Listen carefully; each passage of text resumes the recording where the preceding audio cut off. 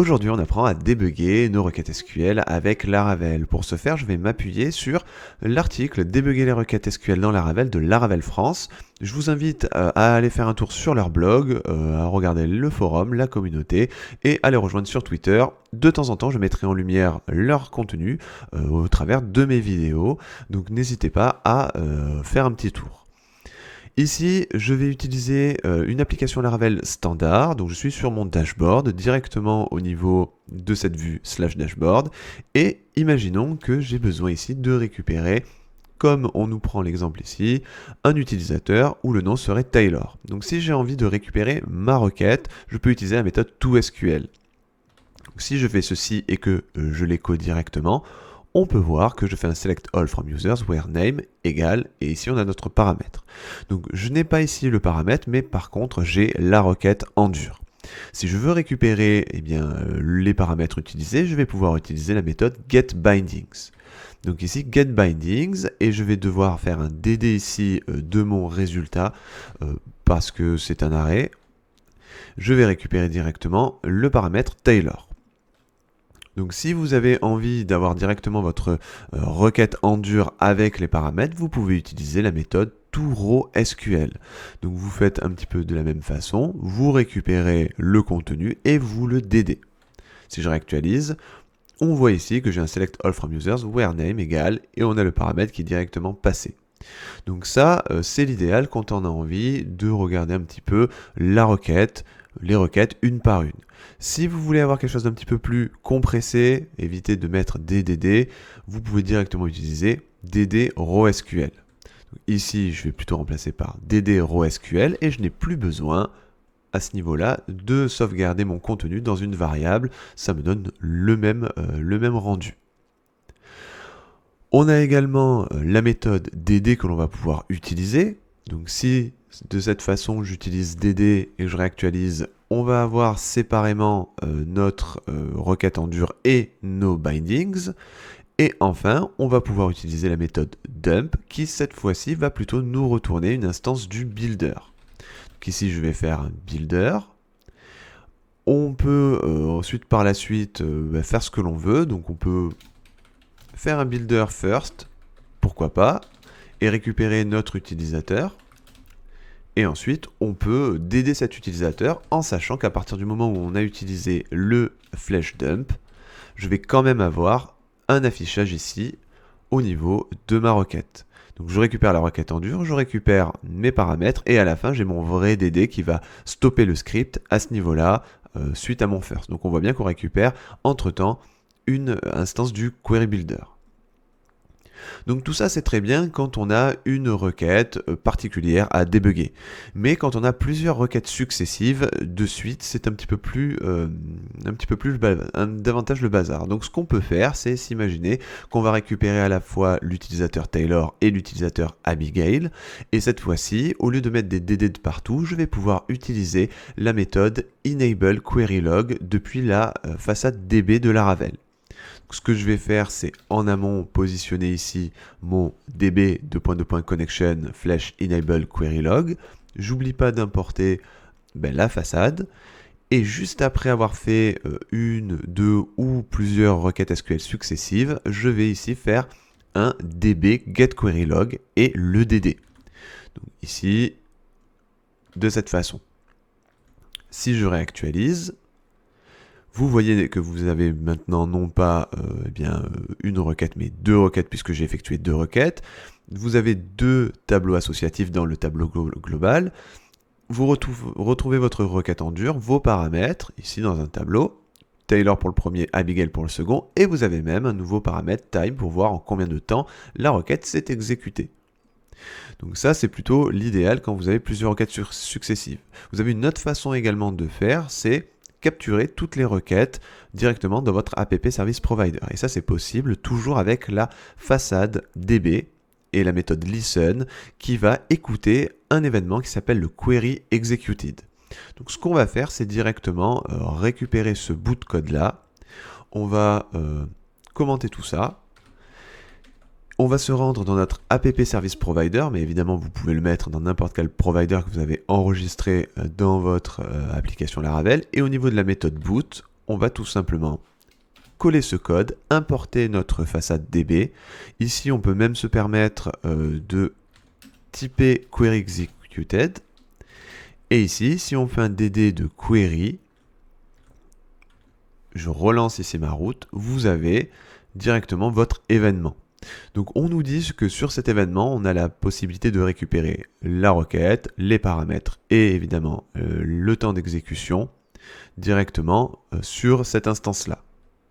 Donc si par exemple je fais un SQL et que je fais plutôt un dump plutôt qu'un DD, parce qu'on n'oublie pas que ici je vais laisser à ce niveau-là, on va dire nos deux requêtes, vous voyez que vous avez les deux requêtes à ce niveau, ici, mais vous avez également d'autres requêtes qui ont été exécutées, comme par exemple des choses avec la session ou une mise à jour, encore une fois, sur la table session. Donc, comme ça, vous pouvez voir directement ce qui se passe. Si vous voulez, en plus de ça, récupérer le time, vous pouvez faire un query time, et vous avez la duration de votre requête, combien de temps ça a pris. Donc tout ça c'est en millisecondes et ça vous permet d'avoir quand même quelque chose déjà de viable pour débugger vos requêtes. Donc à ce niveau-là, on a plutôt utilisé un listener. Mais si vous n'avez pas envie d'utiliser les méthodes qui sont directement liées comme ça à Laravel, vous avez des outils qui sont mis en place pour vous. Donc parmi ces outils, l'article nous parle de Ray. Donc pour ce faire, vous avez besoin de télécharger votre logiciel Ray. J'ai fait une vidéo là-dessus, donc je ne vais pas rentrer dans les détails. Ici, on va juste rester sur la méthode showQueries qui va vous permettre de débugger vos requêtes. Mais évidemment, vous avez besoin de faire un composer spatial Laravel Ray sur votre application. Donc ce logiciel, c'est le logiciel Ray. Vous avez une petite période d'essai. Vous avez la possibilité de débugger un certain nombre d'items avant de voir si l'application vous plaît ou pas. Et puis si elle vous plaît, vous pouvez l'utiliser. On verra deux autres outils à côté de ça, mais vous avez besoin de télécharger dans un premier temps ce logiciel et d'installer évidemment l'outil, le package sur votre application Laravel. Quand ça c'est fait, je vais commenter ici mon listener, vous pouvez faire Ray, donc c'est un helper qui est désormais disponible à partir de maintenant, et flèche showQuery par exemple. Donc si je mets un Ray showQuery, à partir de maintenant, toutes les requêtes exécutées vont apparaître dans, ici, mon visualiseur.